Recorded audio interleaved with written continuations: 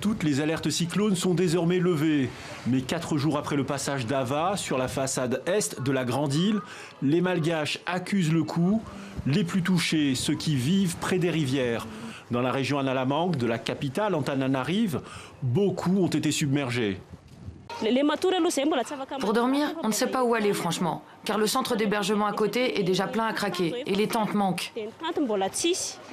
C'est ici que nous vivons et dormons.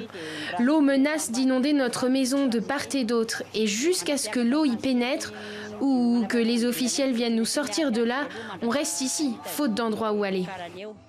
Les pluies ont quasiment cessé, mais le danger reste présent, avec des risques de crues persistants et des glissements de terrain particulièrement mortels dans ces habitations fragiles, avec de nombreux occupants.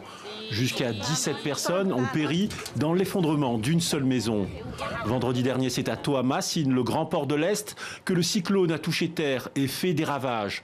Des vents qui arrachent des toits et déracinent des arbres, sous un déluge de précipitations. Ce cyclone était atypique dans la mesure où il restait sur place plus de 18 heures à Thomas avant de continuer sur les 31 heures qu'il a traversé l'île. Il y a quelques zones qui n'ont pas encore transmis leurs informations.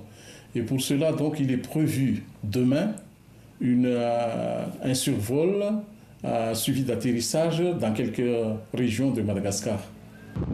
Ava a fait des dizaines de morts et des dizaines de milliers de sinistrés. Et ces séquelles vont durer à cause des nombreuses routes nationales coupées ou inondées.